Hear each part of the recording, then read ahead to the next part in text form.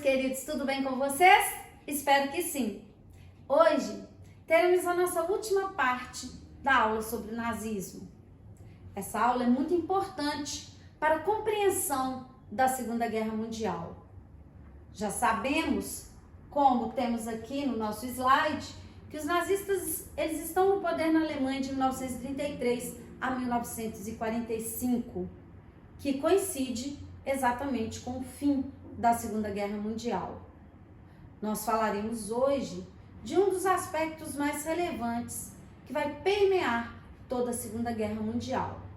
Falaremos especialmente da perseguição aos judeus e, portanto, da criação dos campos de concentração. Em nossa última aula, eu mencionei a chamada Noite dos Cristais. Cometi um erro nessa aula. Eu disse que a Noite dos Cristais ela foi uma noite em que socialistas foram assassinados. Obviamente, eu cometi um erro. Ao invés de falar judeus, eu falei socialistas. Os socialistas foram assassinados na chamada noite. Os judeus, de novo, tá vendo? Os judeus foram assassinados na chamada Noite dos Cristais.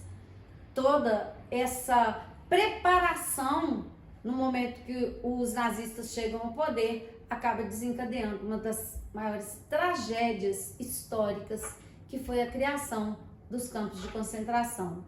Embora a nossa ênfase em termos de cinema, literatura, seja sempre para os campos de concentração dos judeus, temos também campos de concentração de americanos, feitos para japoneses. Temos campos de concentração dos japoneses para os chineses, ou seja, embora esse conceito de campo de concentração ele tenha sido celebrizado a partir da perseguição aos judeus, nós devemos entender que definitivamente esses campos não são apenas campos de alemães feitos para judeus. Temos outros campos de concentração também que abordaremos em aulas posteriores. Vamos lá. Então, vejam bem. Temos aí primeiro um conceito de campo de concentração. Ele é muito importante. Acompanhem comigo. Os campos de concentração nazistas foram construções desenvolvidas durante a Alemanha nazista, que extremamente conhecidas por aprisionar e promover o extermínio de judeus durante a Segunda Guerra Mundial. Nos campos próprios para execução de judeus, campos de extermínio, os judeus eram executados em câmaras de gás. Muito bem. Quais foram os principais campos de concentração? Temos aí, não vou ficar aqui lendo todos os campos de concentração, temos vários campos e o período em que cada um desses campos de concentração, eles tiveram uma importância maior e o número de mortos em cada um desses campos. Temos também, além dos campos que foram criados em domínios alemães, temos também campos de concentração na Croácia, na Ucrânia e na Bielorrússia. Esses campos foram campos de concentração criados pelos soviéticos. Então, nós temos aí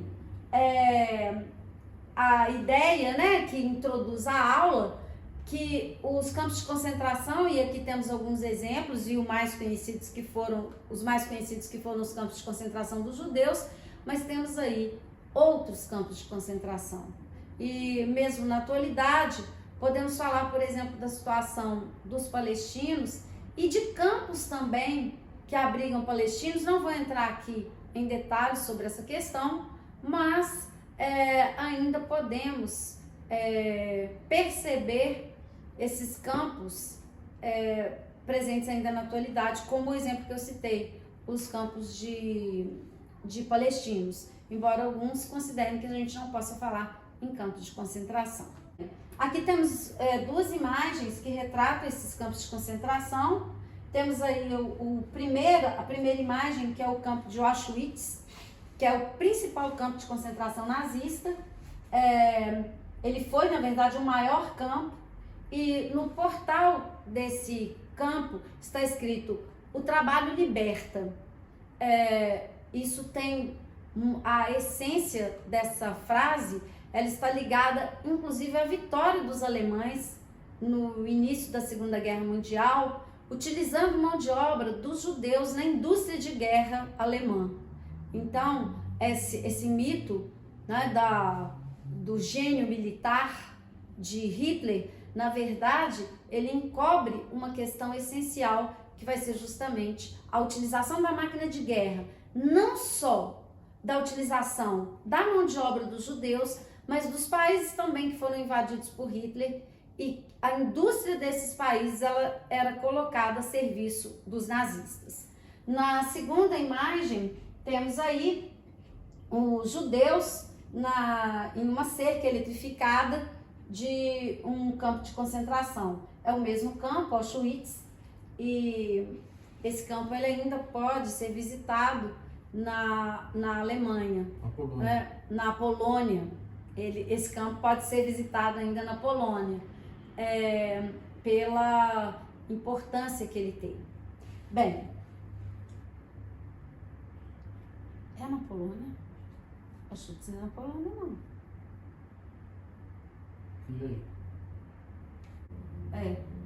Maria na Polônia. Vamos. Quem tá certo? Vamos, meu bem. Parabéns, meu bem, tá certo. Parabéns.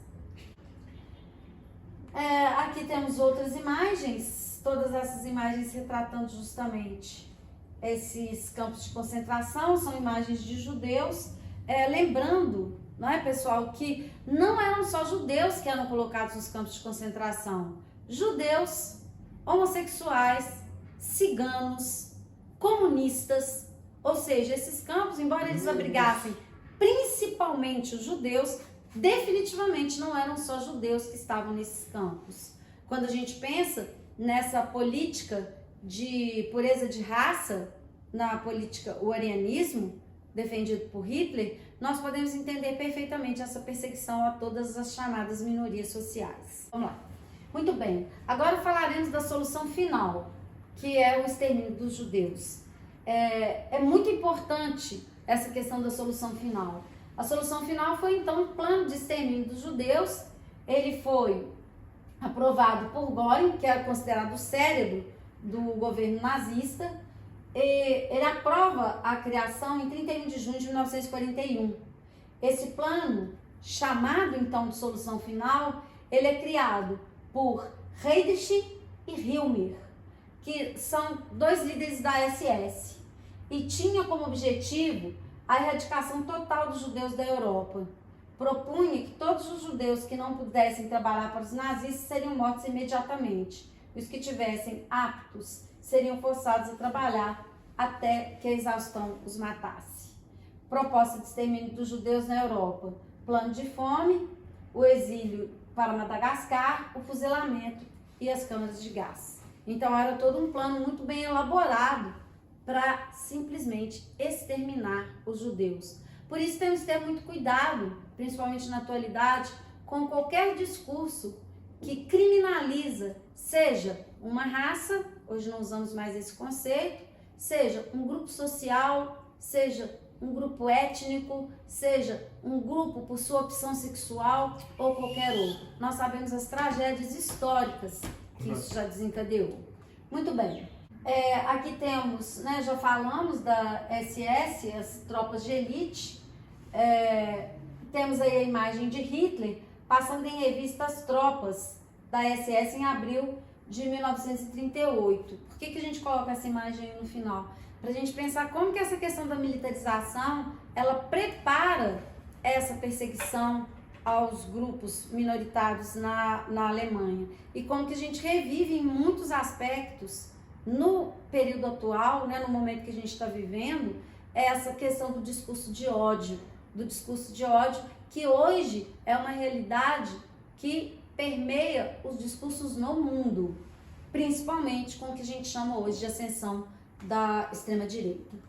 Bem, a propaganda nazista ela foi fundamental para tudo isso, e é outro aspecto que a gente pode ver hoje, semelhanças assim impossíveis de não serem notadas.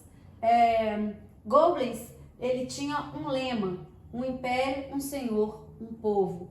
O que significa? Um Leu império... em alemão, hein? Hã? O que Lê sim, alemão. Então, o império... Em Reich, em Führer, em Volk.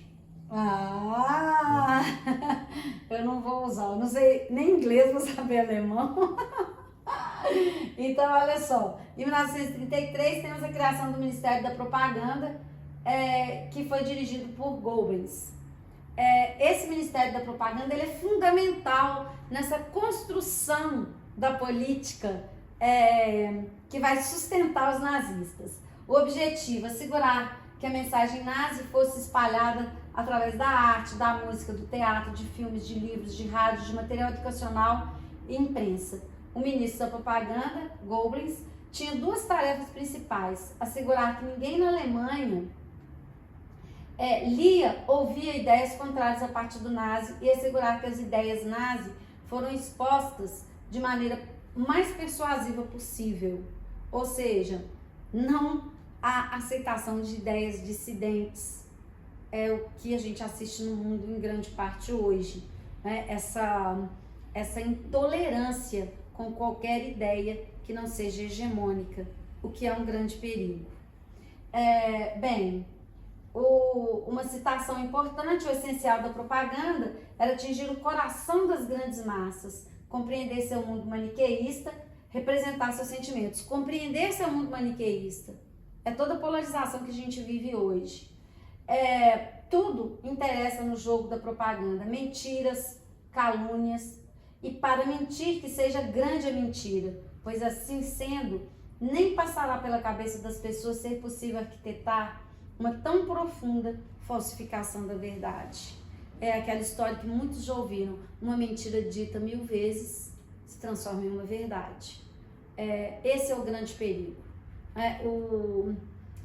Tem uma frase de um filósofo que diz o seguinte, que quando a juventude ela passa a pensar de forma homogênea, temos uma ditadura.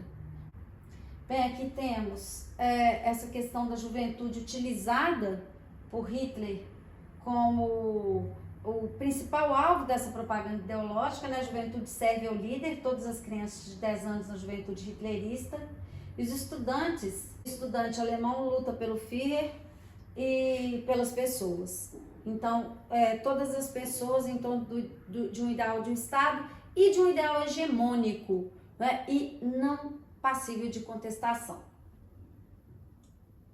Aqui temos em 33 estudantes e professores judeus expulsos das escolas. Crianças, o que vocês sabem sobre o Führer?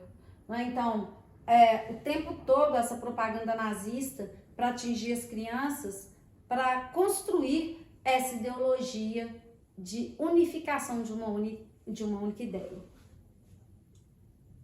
Aqui temos um basta corrupção, o punho com suástica, golpeia os comunistas e os especuladores judeus.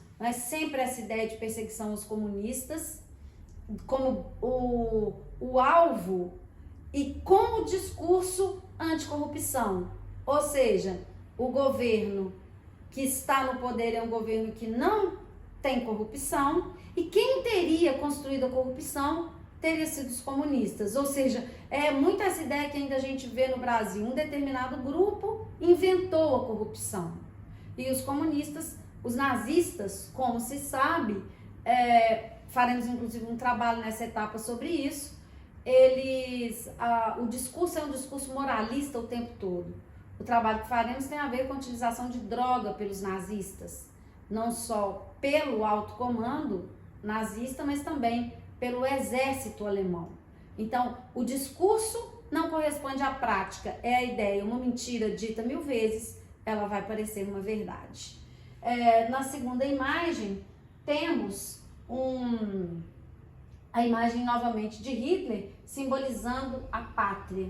Não vou ler vou ler, tá? É um pôster, o povo alemão caminha junto com Hitler em direção à luz. Essa luz vem de antigas gerações de alemães, do povo, do camponês alemão que morreu lutando pela nação.